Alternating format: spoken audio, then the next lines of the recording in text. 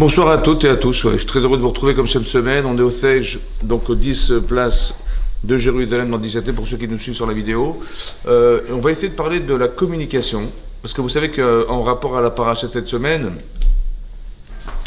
la paracha traite essentiellement de la médisance, c'est-à-dire la façon dont on a de communiquer avec les gens, de parler des autres, et d'avoir l'impression que on peut se grandir quelque part en écrasant les autres. Ça va, il y a une façon de se comporter, de dire, qui fait que on se sent valorisé parce qu'on a une faculté à penser que l'autre il est moins que soi. On va raconter des salades aux gens en disant vous savez ces gens-là ne sont pas fréquentables, etc. Et c'est bien de dire vous savez nous on n'est pas comme ça. Voilà. Et donc il y a une façon de communiquer qui est importante à comprendre. D'où vient la faculté qu'on a de communiquer, d'où vient la faculté qu'on a d'échanger. On voit qu'on a choisi la parole, le langage. C'est aussi marqué vous savez que dans la Gadat Pessah, c'est marqué là-bas, tes saper, tu vas raconter aux oreilles de tes enfants et de tes petits-enfants, Asher Talati Ben Israël, que je me suis amusé en Égypte. Ça veut dire qu'il y a une manière de communiquer qui s'appelle la parole. On doit raconter aux oreilles des enfants, à la différence de communiquer d'une autre manière. L'autre manière de communiquer, c'est de voir et de ressentir. Oui, je peux voir quelque chose et je ressens, je vois une image, ça a un effet émotionnel sur moi, ou bien il n'y a aucun effet émotionnel, je parle et j'entends. Oui, on voit que le langage utilisé, c'est tu raconteras à l'oreille de tes enfants. Évidemment, je ne vais pas parler au pied de mes enfants. Qu'est-ce que la Torah vient de dire? Il faut parler aux oreilles de ses enfants. Qu'est-ce qu'il y a de spécial dans l'oreille qu'il n'y a pas dans un autre membre du corps? Évidemment qu'on parle aux oreilles des enfants, c'est évident. Vous voyez, c'est aussi marqué dans les Pirkei Avot, dans les Maximes des Pères, qu'il y a des qualités humaines qu'on doit avoir, et une des qualités, c'est Shmiat HaOzen, la faculté d'écouter par ses oreilles. Évidemment qu'on écoute par ses oreilles. C'est comme si qu'il y avait une autre façon d'écouter que par ses oreilles. S'il y a marqué une oreille, ça veut dire que c'est comme ça qu'on doit apprendre à étudier la Torah, c'est de comprendre que si Chachamim ils nous ont marqué un mot, c'est que ça veut dire quelque chose. Évidemment qu'on écoute avec ses oreilles. Donc on aurait dû dire, il y a une qualité humaine qu'il faut avoir, c'est d'avoir la faculté à écouter les gens. Voilà ce qu'on aurait dû dire. Non, il y a marqué Shmiat HaOzen. S'il y a marqué l'oreille, ça veut dire qu'il y a une autre façon d'entendre.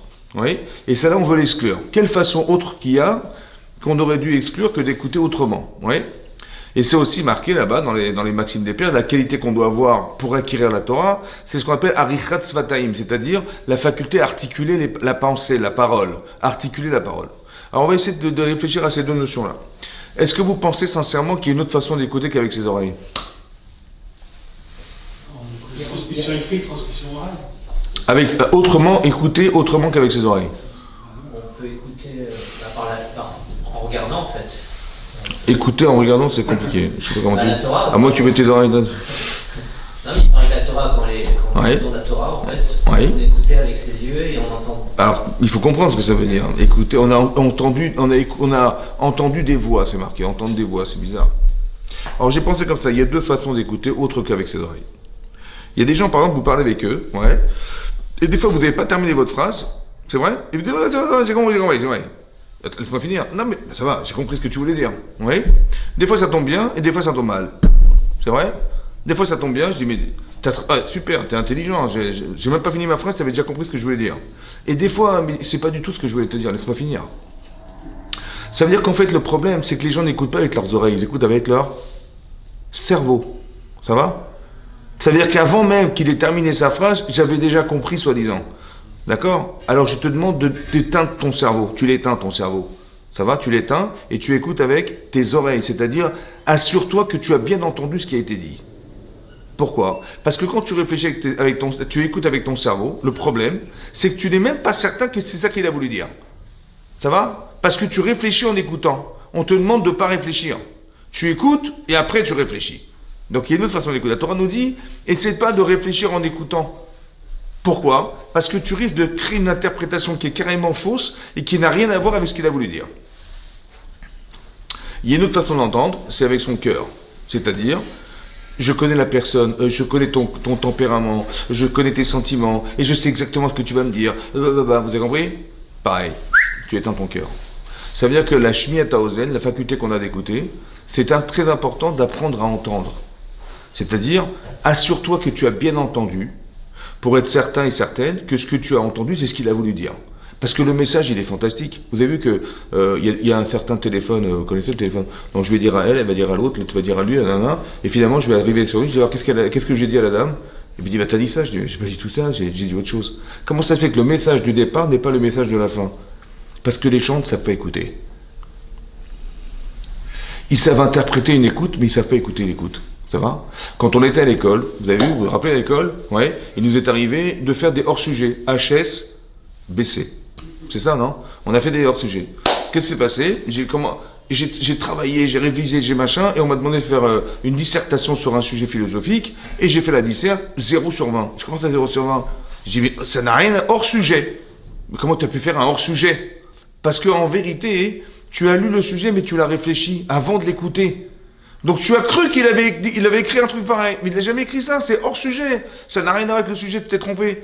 Il fallait faire quoi? Il fallait, comme le professeur avait dit, relisez 3 fois l'énoncé avant de... Pourquoi faire? Il faut relire 3 fois. Mais est-ce que tu es sûr d'avoir bien entendu?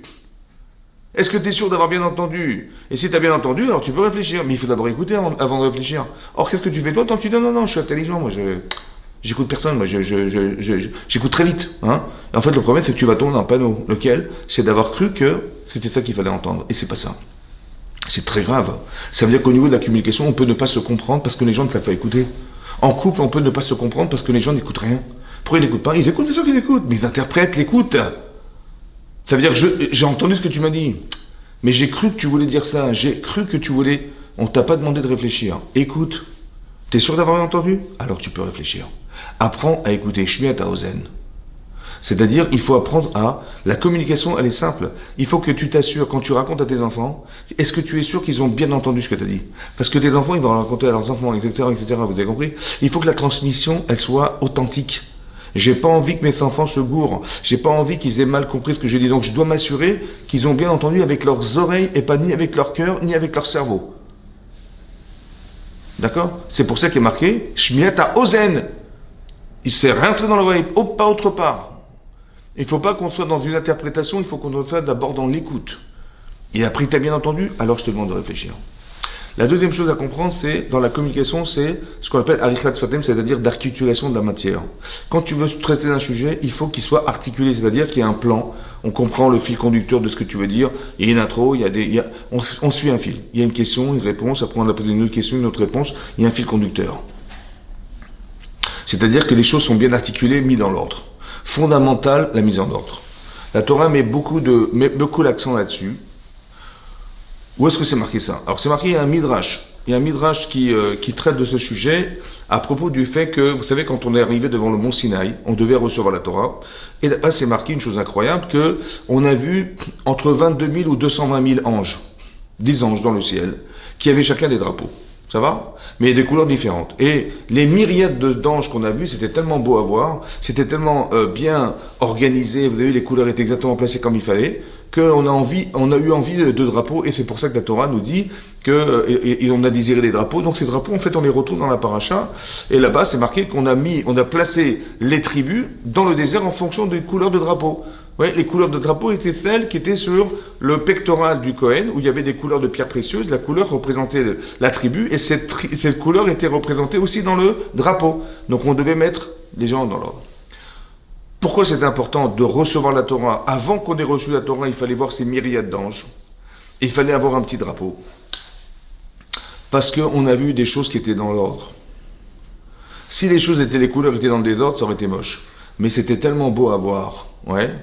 Il y a 3 choses dans l'ordre qui sont fondamentales. Il y a la beauté de l'ordre. Quand tu rentres chez toi et tu vois que c'est bien rangé, c'est un kiff. Ouais, tout est à sa place. Il y a le plaisir de l'ordre. Quand tu vas dans les jardins du château de Versailles, tu vois les jardins comme ils sont magnifiques, taillés, etc. C'est beau à voir. Il y a la beauté de l'ordre. Il y a le plaisir de voir que les choses sont en ordre. La deuxième chose, c'est le côté pratique de l'ordre. Tu cherches un dossier, où est-ce qu'il est? Ben, j'ai mis toutes les factures dans un placard. Mais où sont les factures d'électricité? Où sont les factures des fiches de paye? Où sont les factures de gaz? Cherche, fouille. Mais dans quoi? Ben fouille. Mais non. Mais dans l'ordre. Les factures de gaz, un casier de gaz. Le gaz, il y a les années 2020, 2021, 2022, 2023. Donc chaque année, tu sais où c'est placé. L'ordre permet, il y a le côté pratique de l'ordre. Et donc si tu sais ranger correctement les choses, alors tu vas retrouver les choses. Ça, c'est le côté pratique. Il y a la beauté de l'ordre, le côté pratique de l'ordre. La troisième chose, la troisième qui est très importante, qui est la plus importante, c'est la logique. C'est-à-dire, il faut que dans ta tête, les choses soient correctement placées, les priorités dans ta vie, etc., dans un ordre bien clair, pour que tu ne fasses pas d'erreur au niveau de la propriété des choses. Où est-ce que se trouve là, où est-ce que c'est important, moins important, dans quel ordre tu mets des choses? Où est-ce que tu places ta vie? Où est-ce que les choses, elles sont importantes? Dans quel ordre tu les mets? Et ça, c'est le plus important. Parce que si tu es en désordre, alors ta vie sera désordonnée. Vous avez compris? Quand on étudie la Torah, il faut que tu saches où placer les choses, dans quel ordre tu les mets. Dans quelle case tu les places, ça va? Tu apprends quelque chose, où tu le places, où tu mets. Et donc il faut avoir de l'ordre. Donc ta tête, elle doit être structurée, pour que la structure de ta structure mentale te permette de pouvoir mettre des choses dans l'ordre. Donc si tu es ordonné dans ta tête, ton expression est ordonnée. C'est-à-dire on sait où tu vas, on sait ce que tu veux dire, on voit le cheminement intellectuel que tu as suivi qui nous a permis d'atteindre un raisonnement qui est une équation en fait qui amène un axiome, et cet axiome il est super, je le garde et je l'utiliserai dans ma vie. Vous avez compris? Donc il y a quelque chose dans la parole qui doit se coordonner par l'ordre. Donc des fois on ne se comprend pas parce que l'autre n'a pas d'écoute, ou alors on ne se comprend pas parce que la personne n'a pas capacité à pouvoir exprimer la chose. Ces deux problèmes, c'est de la communication, c'est-à-dire celui qui va ordonner la parole, il faut qu'il soit clair, il faut qu'il soit ordonné, et il faut que je puisse comprendre ce qu'il m'a dit. Et celui qui l'entend, il faut absolument qu'il éteigne son cerveau et qu'il éteigne son cœur, parce qu'il faut absolument qu'il apprenne à entendre. Ça va? Ça, c'est fondamental. Pour être sûr et certain que ce qu'il a entendu correspond à ce qu'on a voulu lui dire, et pas être dans la déformation de l'écoute. Vous avez compris? C'est ça. Et donc cette déformation, elle peut être subjective parce qu'il met du cœur, ou alors elle peut être malheureusement rationnelle, mais mal placée, parce que j'entends, mais je ne suis pas sûr d'avoir entendu ce que la personne a dit. J'ai peur de mal interpréter. Ça va? Et dans les couples, il y a souvent ce problème de l'écoute. Vous voyez? Il y a des mots qui sont utilisés, mais qui ne sont pas exactement conformes à la nature masculine ou à la nature féminine. On n'a pas les mêmes connotations. Vous avez compris? Et donc tu dois t'adapter, t'acclimater à la façon d'entendre. Parce que elle a dit quelque chose, mais elle a dit avec du romantisme, avec des émotions. Mais moi, je suis pas forcément émotionnel ni rationnel. Je suis plutôt rationnel. Donc ce que j'entends, c'est autre chose. Vous avez compris? Ou de ma nature d'homme fait que j'ai une façon de concevoir les choses qui n'ont rien à voir avec une femme. D'accord? Donc ça veut dire que je dois m'acclimater à la façon d'entendre des autres. C'est très important. Une fois, je vous avais dit que quand Sarah, elle a eu son fils Yitzhak, il avait déjà grandi, et elle avait peur que Ishmaël, qui avait mal tourné, influe sur son enfant. Et l'enfant Yitzhak, évidemment, c'est la base du peuple juif, vous imaginez. Donc, si la base, elle est tordue, vous imaginez ce qui va sortir de là. Donc, elle a eu très peur de l'influence qu'avait Yitzhak avec Ishmaël sur Yitzhak, et donc elle a dit à son mari, sépare-toi de cette femme. Laquelle? Celle que tu as épousée, qui était Agar, avec qui tu as eu Ishmaël. Et sépare-toi de cet enfant, parce que je ne veux pas que cet enfant hérite de toi. Voilà ce qu'elle a dit à son mari. Et lui, ça lui a paru, ça lui a paru dégoûtant de dire, je sais pas, pourquoi? Parce que, qui est-ce qui a proposé d'épouser Agar? Abraham, c'est Sarah. Et tout à coup, madame, elle vient, elle se réveille, elle dit, non, sépare-toi de cette femme et sépare-toi de cet enfant. Celui qui l'entend, il se dit, mais elle est jalouse, c'est ça, hein? Elle est jalouse, madame, elle a décidé tout à coup que je divorce avec la femme qui m'a été proposée, cet enfant il est né de moi, pourquoi je m'en séparerais, je ne comprends pas. Bon, Hachem il a dit à Abraham, écoute la voix de ta femme. En hébreu c'est le kol. Vous savez qu'il y a ce qu'on appelle le dibour c'est la parole, et le kol, la voix. Quelle est la différence dans la Torah entre la parole dans la communication et la voix? Vous avez dit tout à l'heure, on a vu des voix. Quand Hachem a parlé sur le mont Sinaï, on a vu Raou et Takolot. Ils ont vu des voix. Qu'est-ce que c'est qu'une voix? Ça va? Qu'est-ce que c'est qu'un kol? Un kol en hébreu, c'est la voix. Ça va? Qu'est-ce que c'est que la voix dans la Torah? La différence des mots utilisés. Alors, évidemment que dans la voix, il y a quelque chose de plus, on va dire, de plus subjectif, de plus émotionnel, qu'il n'y a pas dans la pensée, qu'il n'y a pas non plus dans la parole. Mais c'est quoi la différence? Alors, il y a ce qu'on appelle les mots et il y a ce qu'on appelle la voix. Vous avez vu par exemple à Rosh Hashanah, oui, à Rosh Hashanah, on doit sonner du chauffard. Ça va? Maintenant, imaginez-vous le Rav, je sais pas, c'est quand même stupéfiant qu'en pleine prière, le Rav il sort un instrument de musique. Ça va? Il va sortir une guitare. Allez, on va jouer une guitare, ça vous choque ou pas? Pas en Amérique. Hein? Mais c'est choquant. On fait la prière, le Shabbat on fait la prière, les fêtes on fait la prière, et tout à coup, à Rosh Hashanah spécialement, on sonne du chauffard. On va prendre une corde de bélier, on va sonner, il faut absolument écouter des colottes. Des colottes, ça veut dire des voix, des sons. C'est quoi ces sons-là? Pourquoi il faut écouter? Il y a une mitzvah d'après la Torah d'écouter des sons. Qu'est-ce que c'est qu'un son? Vous voyez? Pourquoi il fallait absolument écouter des sons? Et on sait que dans la parole, il y a des sons. Mais qu'est-ce que c'est que le son? C'est ça qu'il faut comprendre. Alors, le truc est comme ça. Imaginez-vous, on n'était pas en capacité de verbaliser quelque chose. Par exemple, quelqu'un qui est muet, ou quelqu'un qui est sourd, et quelqu'un qui est muet. Ouais. En fait, le problème, c'est que il veut dire des choses, mais il ne peut pas les dire. Alors, qu'est-ce qu'il fait? Il exprime par des sons.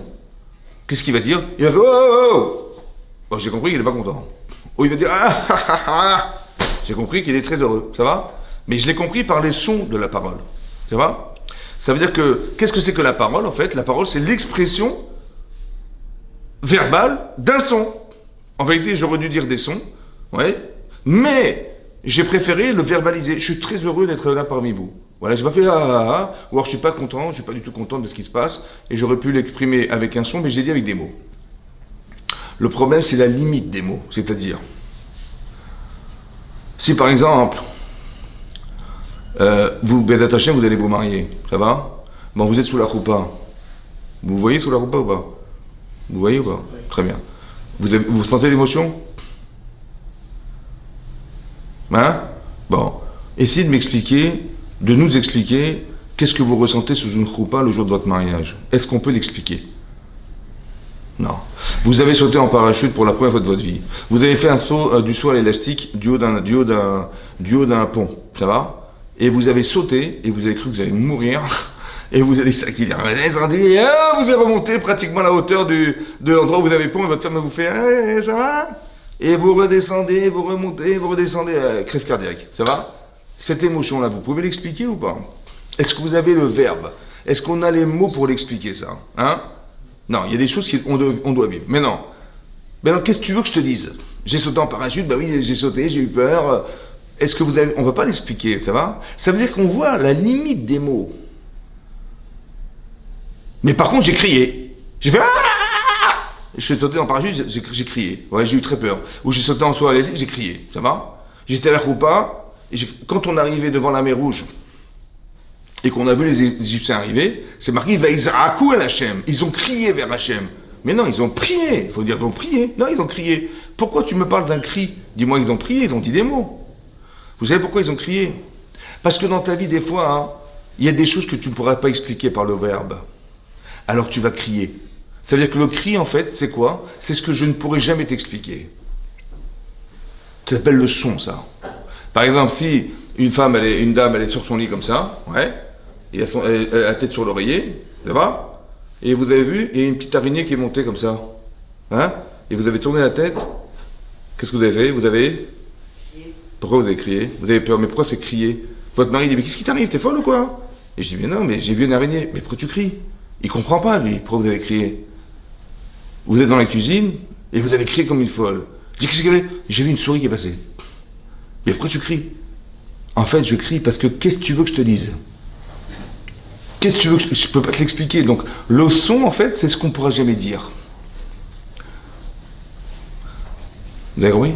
Maintenant, vous êtes à Rosh Hashanah, et vous avez envie de dire des choses à Hachem, mais vous ne savez pas comment lui dire. Alors Hachem, il a dit, passe par le son du chauffard. Tu as compris? Passer par le son, ça veut dire passer par ce qui ne pourra pas s'expliquer.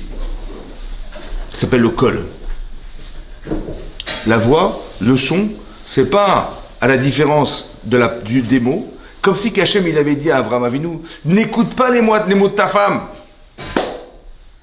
Les mots, n'écoute pas, c'est incohérent ce qu'elle t'a dit. Elle t'a dit, certes, débarrasse-toi de cette femme, débarrasse-toi de cet enfant. Mais comment ça? Mais c'est toi qui m'as demandé de l'épouser. Cet enfant, je l'ai eu avec elle. Comment je vais me séparer d'Ishmaël? C'est pas possible.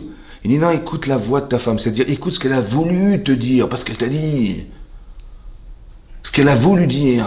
Vous avez compris? Le son, c'est ce qu'elle a voulu dire. Elle a voulu dire, écoute, j'ai peur pour Yitzhak Avinu.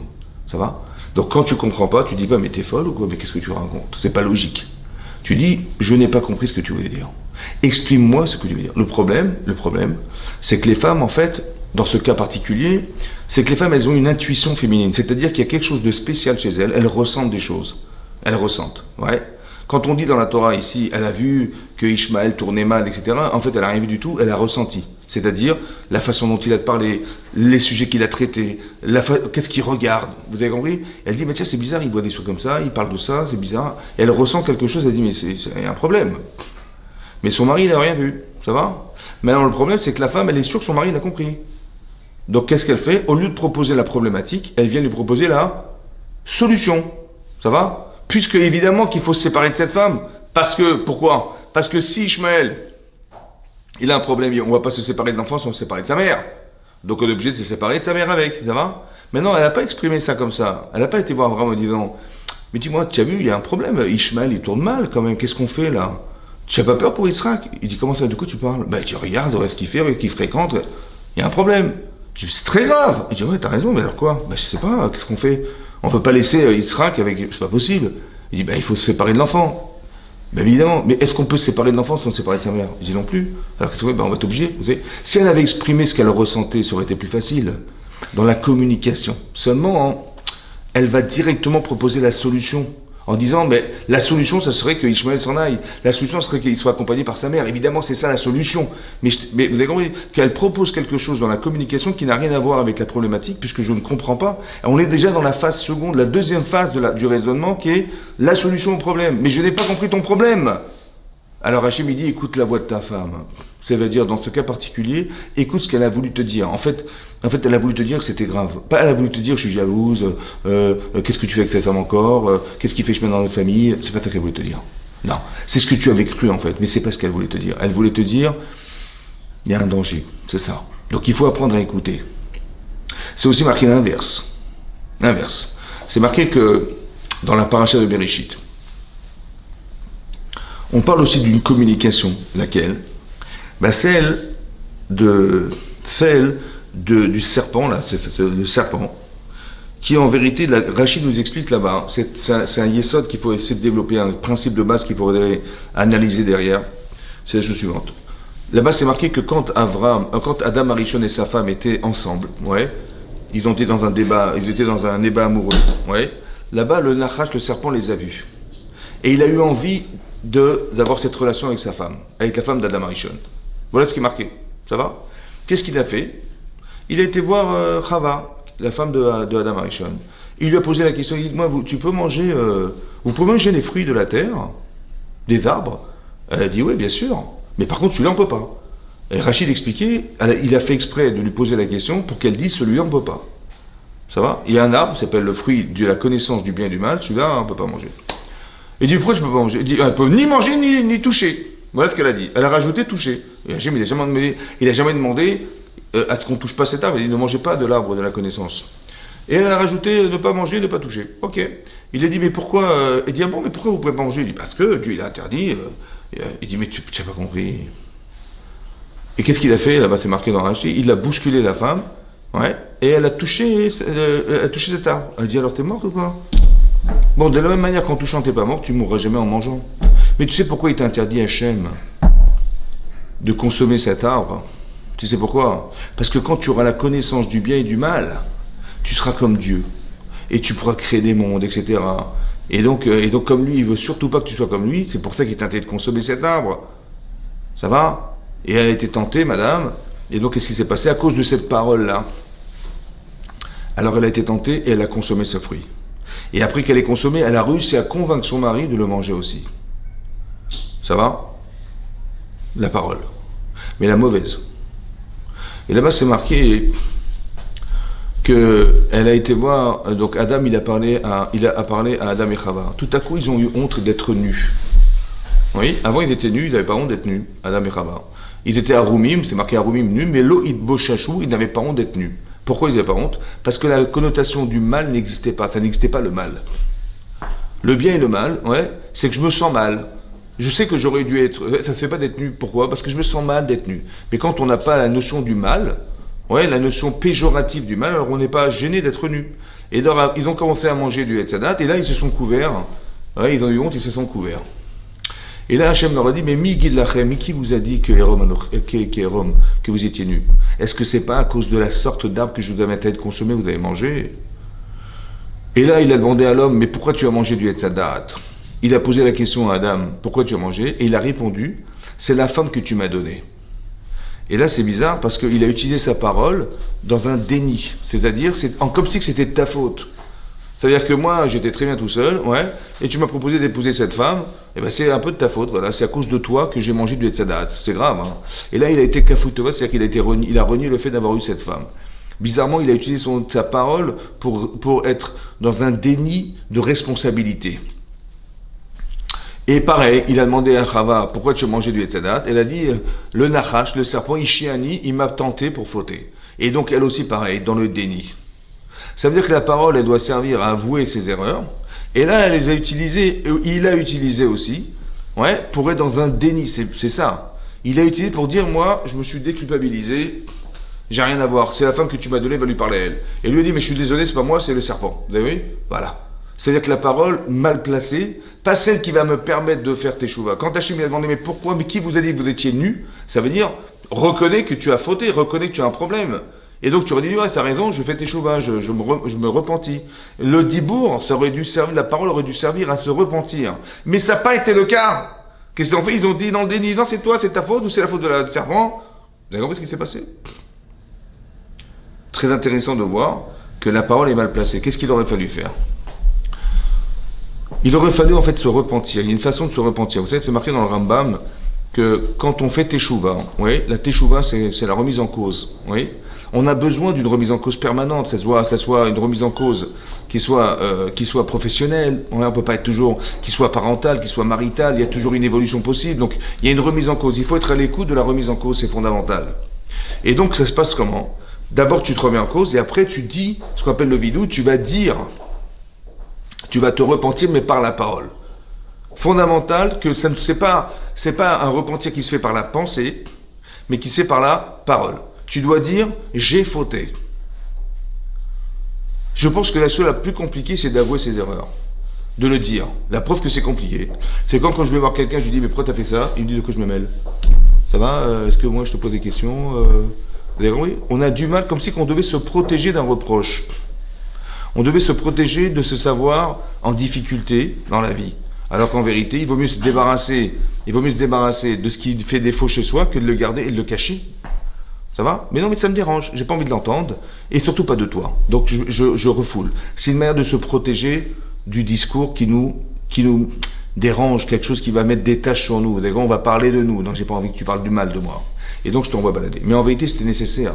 Et c'est pour ça que c'est compliqué, mais il faut mettre le doigt où ça fait mal. Il faut dire j'ai fauté. Ok, j'ai fauté, j'assume.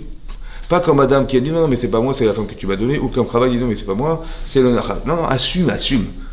C'est-à-dire, dis, écoute, j'accepte. Après, il faut dire aussi, et ça j'ai fait.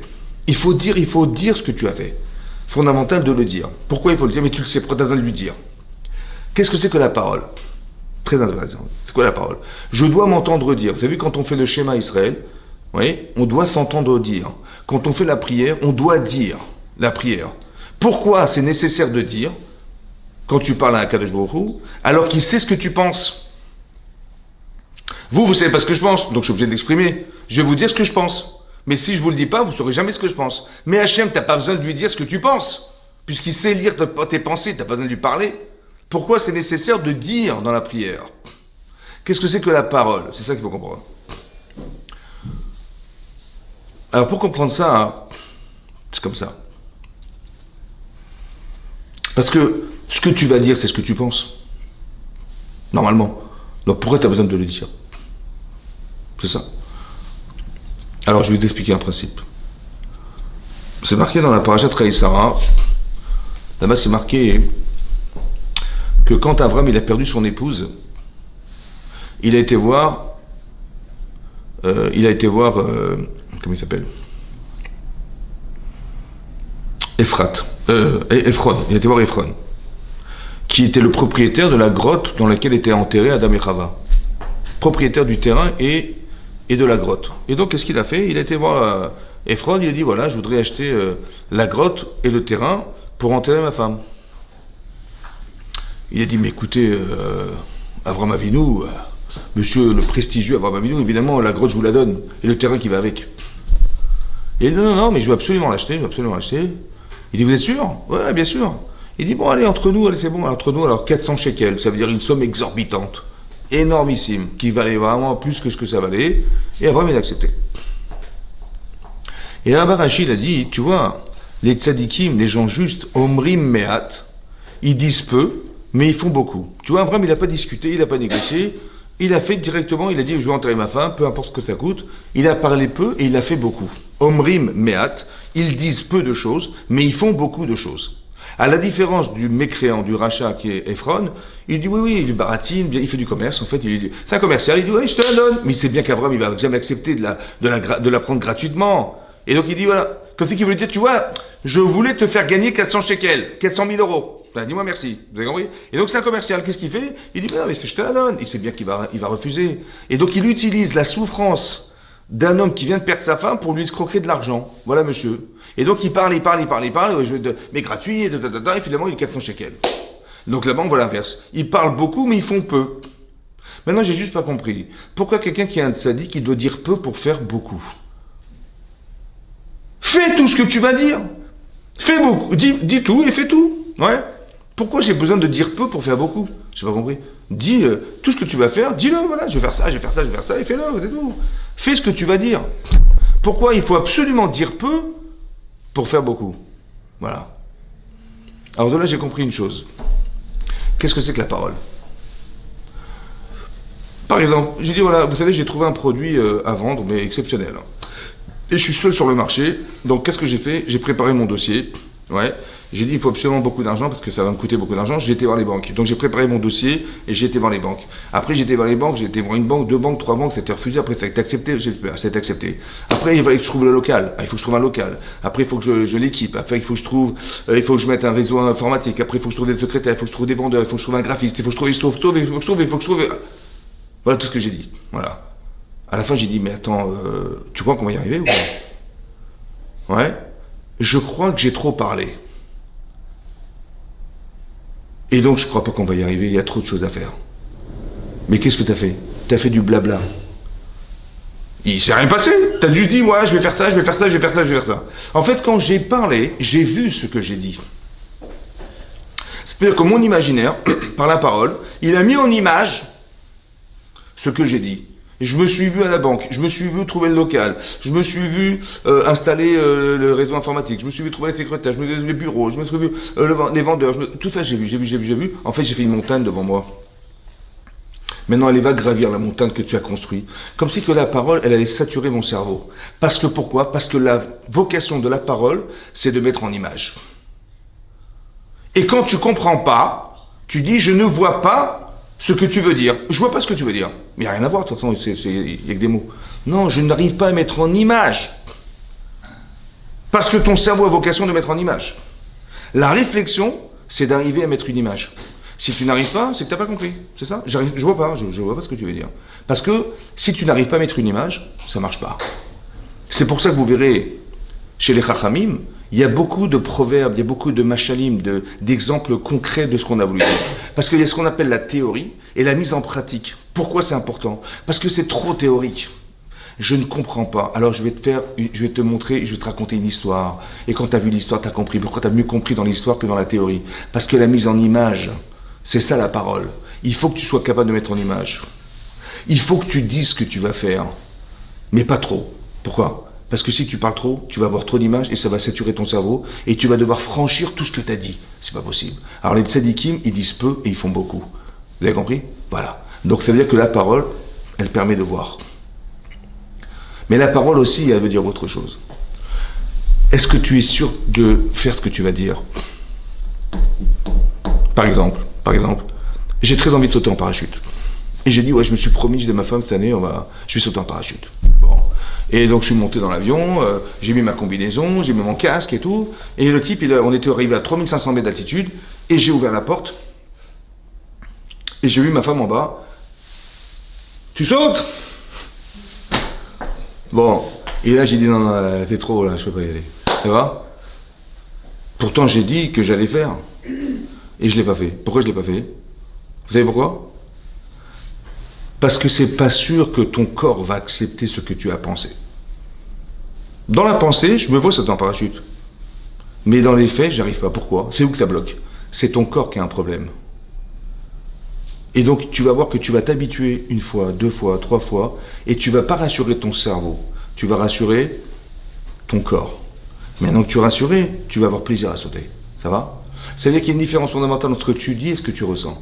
Ton corps, il n'est pas obligé d'accepter ce que tu vas penser. C'est pour ça qu'Hachem, il dit, tu peux penser ce que tu veux, mais comme je ne suis pas certain que tu es ce que tu penses, alors il faut que tu le dises. Parce que tu vas dire, tu vas t'engager. Vous avez compris ce que ça veut dire? Que quand tu parles à Hachem, ça ne suffit pas de penser. Pourquoi? Si tu vas dire ce que tu penses, il n'y a pas de problème dans la communication avec Hachem, il va lire dans ta pensée ce que tu voulais lui dire. Je sais! Le problème, c'est que je ne suis pas certain que tu vas me dire ce que tu penses. Parce que peut-être tu vas avoir la frousse de le dire, ou tu ne vas pas avoir le courage de le dire, etc. Parce qu'en disant, tu vas t'engager. Alors que quand tu le penses, tu t'engages en rien. Si un type, il pense mal, on s'en fout. Il dit, ah mais j'avais pensé avant toi. Je m'en fous, il fallait l'écrire. D'accord, oui. La pensée n'engage personne, il n'y a que la parole qui engage. Il y a ton écrit qui engage, il y a ton acte qui engage. Ça, c'est toi. Pourquoi c'est engageant de faire? Parce que je ne suis pas sûr que ton corps acceptera de le faire. À la différence que tu peux faire des blabla toute la journée. Vous avez compris? Par contre, est-ce que tu auras le courage? Est-ce que tu auras l'intelligence? Est-ce que tu auras la faculté à faire? Ça, c'est autre chose. Ça va? Tu vas sauter en parachute, t'es sûr ou pas?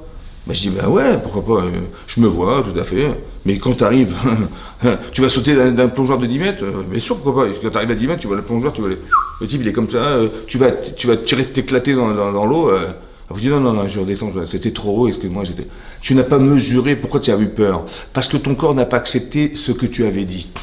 Et donc, pour exister, il faut que les deux soient cohérents. C'est-à-dire que ce que tu penses correspond à ce que tu ressens physiquement, émotionnellement. Et ça, c'est ce qu'on appelle être entier. Hachem, il veut pas que tu lui penses quelque chose, il veut que tu lui dises quelque chose. Parce que je suis pas certain que ce que tu vas penser, c'est ce que tu es. Par contre, il faut faire. Ça va? L'action, c'est fondamental. C'est pour ça que quand Hachem, il a dit à Abraham, il a envoyé un ange lorsqu'il a voulu faire la Kedat Yisrak. Il a dit stop. Al ta'as me'uma, ne faites quoi que ce soit. Il a dit al tishlach yadecha lana, ne mets pas ta main sur l'enfant. Et ne lui fais quoi que ce soit. Ben évidemment que si tu ne mets pas ta main sur l'enfant, tu ne feras quoi que ce soit. Rachid là-bas, il dit que quand il a dit ne mets pas ta main sur l'enfant, Abraham il a dit mais laissez-moi faire quelque chose. Une petite égratignure, quelque chose. Il a dit non, même ça ne fait pas. Pourquoi Abraham a venu, il voulait absolument faire. Pourquoi faire? Pourquoi faire? C'est comme si on dit, vous imaginez, il a dit prends ton fils, sacrifie-le. Bon, finalement il dit non, ne fais pas. Ah, vous m'avez fait peur. Non mais je savais que c'était une blague. Au lieu de dire, mais merci de m'avoir empêché de le faire. Et je savais que j'allais jamais faire un truc pareil. Il a dit non, il a dit l'inverse, laissez-moi faire. C'est bizarre. Il aurait dû dire, ah, vous m'avez fait peur. Il a dit l'inverse, il a dit laissez-moi faire. Pourquoi?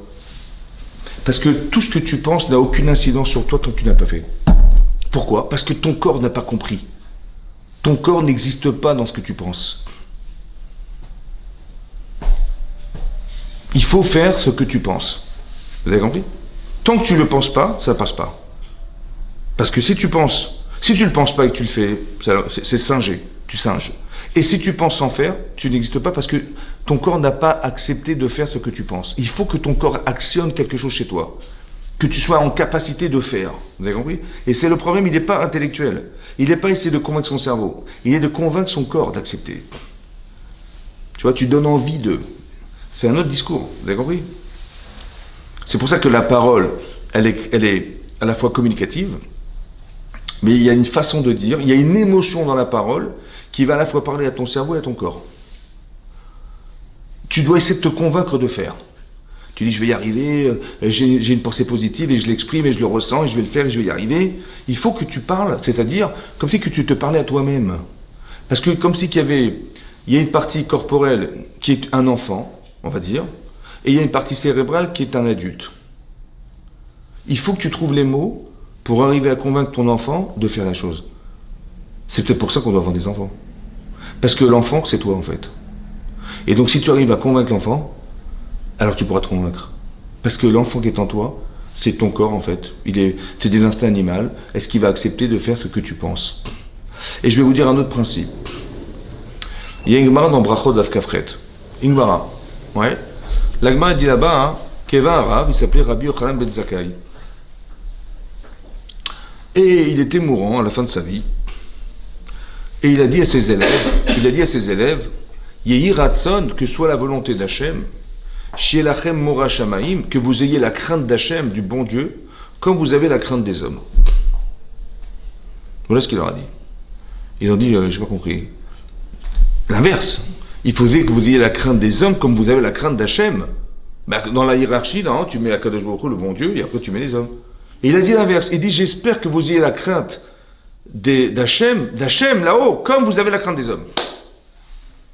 Ils n'ont pas compris. Alors il leur a dit, quand quelqu'un il est en train de faire une faute, ouais, il est en train de faire une avéra, et un type il ouvre la porte, et il est attrapé en flagrant délit d'avéra. La seule chose qu'il a peur, c'est de quoi? De ne pas être vu. C'est ça, non? Il dit, Alevaï shelo yareni adam, j'espère que personne ne me verra. J'ai pas compris. Ok, personne ne te verra, mais t'es déjà vu là-haut. Comment ça se fait que tu n'as pas conscience de ce que tu sais? Parce que tu sais que t'es vu. T'as plus peur de ce que tu vas voir, de risquer de voir, que ce que tu sais déjà que tu es déjà vu. Ça va? Alors que ce que tu sais, c'est plus fort que ce que tu vas voir. Comment ça se fait que tu réagis à ce que tu vois et pas à ce que tu sais? Vous avez compris la question? Tu dis, j'espère qu'il n'y aura personne qui va me voir. Mais tu crois en Dieu ou pas? Bien sûr, je crois en Dieu. Je vais mettre tous les matins la tefila, je fais mes tefilines, je fais avec Shabbat, je fais tout. Je crois en Dieu. Mais si tu crois en Dieu, tu sais bien que ce que tu fais est interdit. Et tu le sais. Alors comment ça se fait que tu ne réagis pas à ce que tu sais?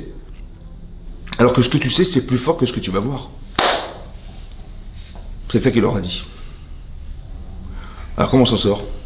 C'est-à-dire que tu peux étudier, tu as la connaissance, mais tu n'es pas certain ou certaine de réagir à ce que tu sais.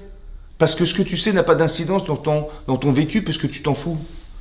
T'as plus peur de ce que tu vas voir. C'est ça qu'il leur dit. Il y a Iratson que vous arrivez à craindre à Kadosh Baruch Hu quand vous avez peur de la police. Quand tu vois la police, j'ai mon permis, j'ai ma ceinture, elle est bien mise dans la ceinture. Pourquoi t'as peur? Je dis, on sait jamais, il m'arrête. Mais c'est marrant parce que tu as plus peur de ce que tu vois, de ce que tu sais. Mais mets ta ceinture. Ne brûle pas les feux rouges. Comment ça se fait que tu as plus peur de ce que tu vas voir? Mais ce que tu vas voir, c'est rien par rapport à Hachem. Si vous avez faim, qu'est-ce que vous faites? Si vous avez faim, vous mangez. Si vous avez soif, si vous avez envie de prendre des vacances, vous faites quoi? Bah, vous cherchez une destination. Ça va? Mais qui c'est qui a faim? Bah, c'est mon corps, il a faim. Qui c'est qui a soif? Mon corps, il a soif. Qui c'est qui a envie de prendre des vacances? Bah, mon corps, il a envie de se détendre. Ça va? Fatigué. Donc mon cerveau, il comprend mon corps. Mais est-ce que mon corps comprend mon cerveau?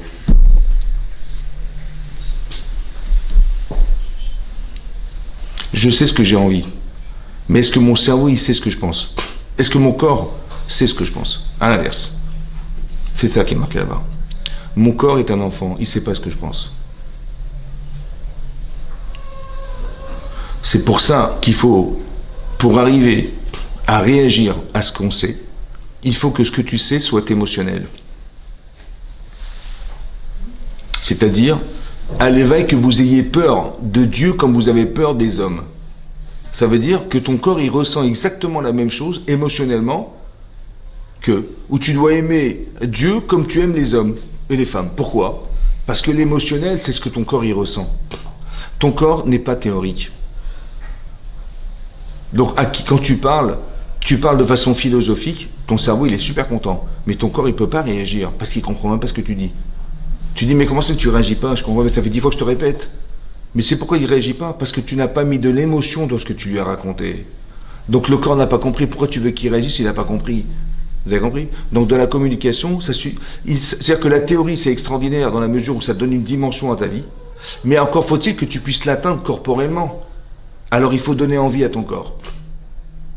Par exemple, dans l'éducation d'un enfant, si tu lui dis, un enfant qui ne travaille pas à l'école, ouais, tu sais ce que tu fais? Tu vas prendre des photos.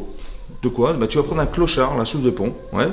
Tu prends une photo du clochard et tu l'imprimes. Bon, tu dis, t'as vu ton bulletin, franchement, hein? Mais qu'est-ce que tu vas devenir? Regarde la photo. C'est ça que tu veux devenir? Un clochard dans la rue? C'est ça que tu veux? Hein? Ça marche ou pas? Ça marche pas.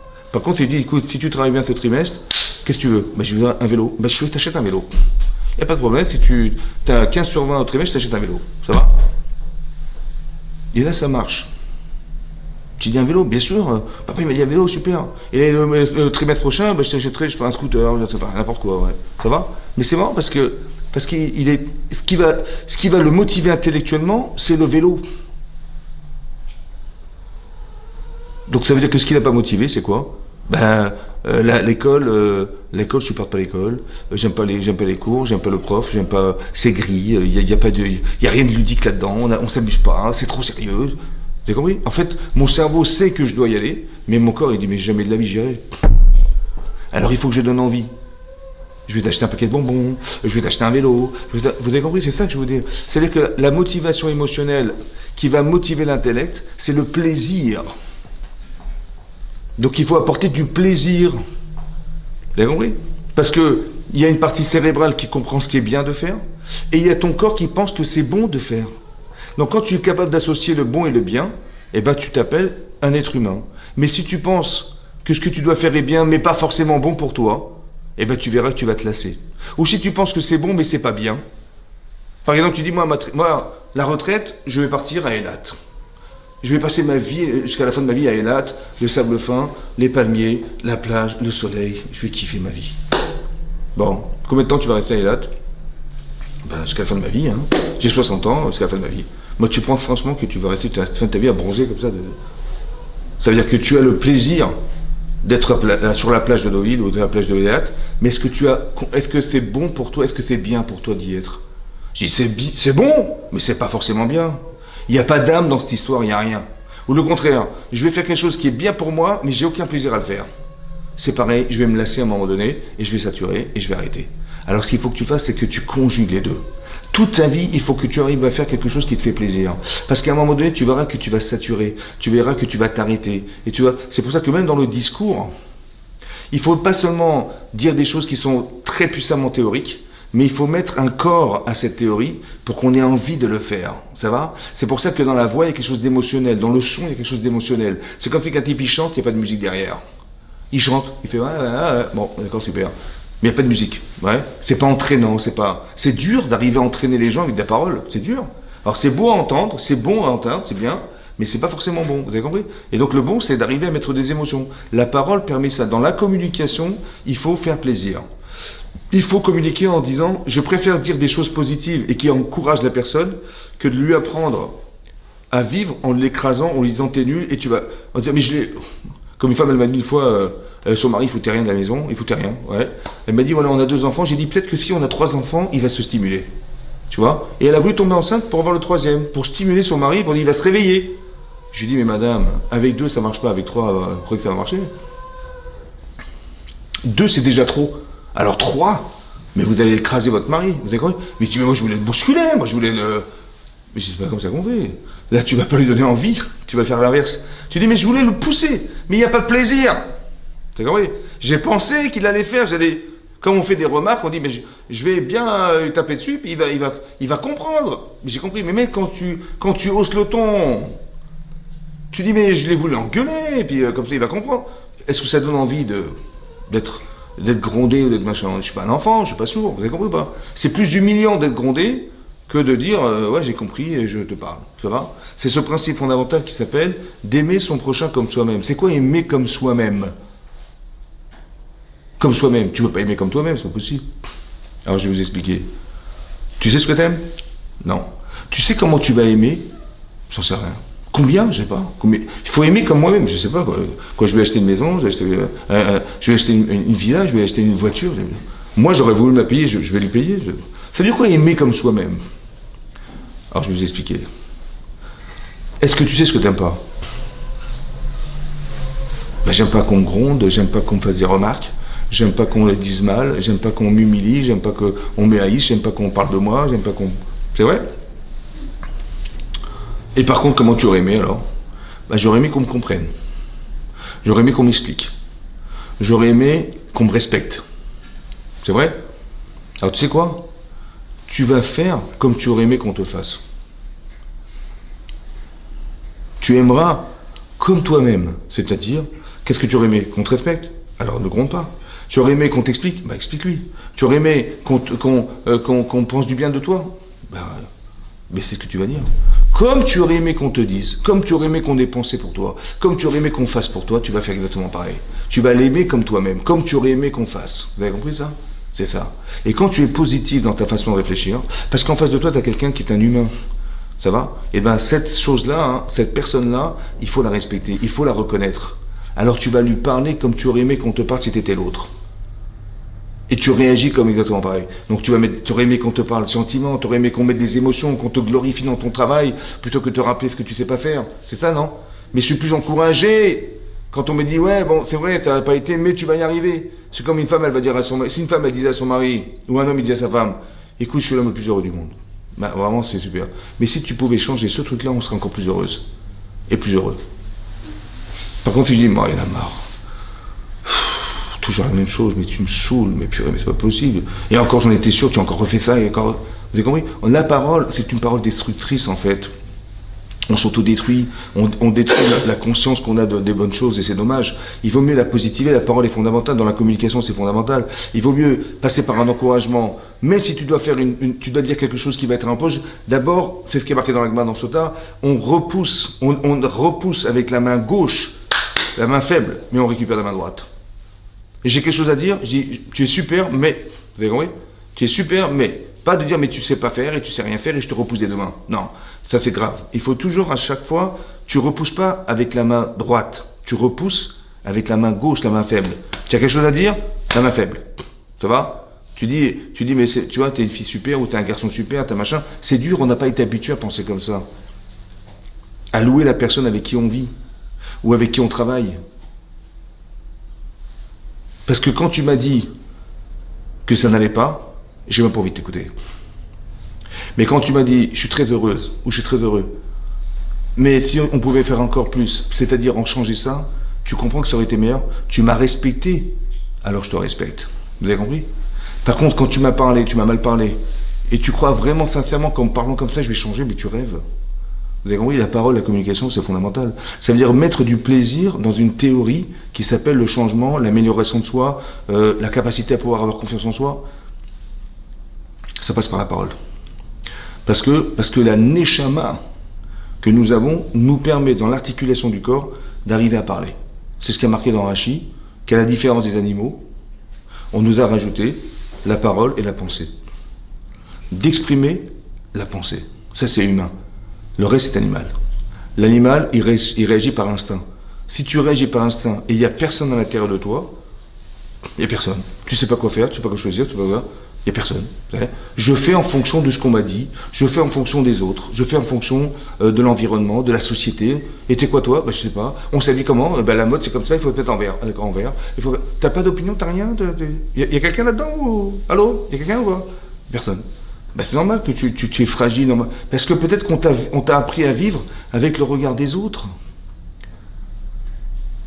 Il y a des filles, elles vont être... Elles vont faire des régimes anorexiques parce qu'elles ont vu dans les catalogues si tu fais pas du 34 et tu pèses pas 45 kilos, t'es moche. Donc la fille, anorexique carrément, elle se laisse mourir quoi. Et j'ai vu dans les catalogues, et qui c'est qui va me regarder si je fais du 38? C'est pas possible. Ça veut dire que tu vis avec le regard des autres. Stop. Stop, tu es parfait, tu es bien, tu as des valeurs, tu es indispensable. Essaie de comprendre qui tu es fondamentalement et essaye d'exister dans ce que tu es fondamentalement chez toi. Tu n'es ni ça et tu n'es ni ça. Tu es ce que tu es. Ça va? Et ça permet, quand on communique, de savoir à qui on s'adresse, dans quelle mesure on s'adresse. Chazako Baruch. Chazako Baruch, merci beaucoup d'avoir suivi le cours. Alors on va se retrouver, Bezat Hashem, comme d'habitude.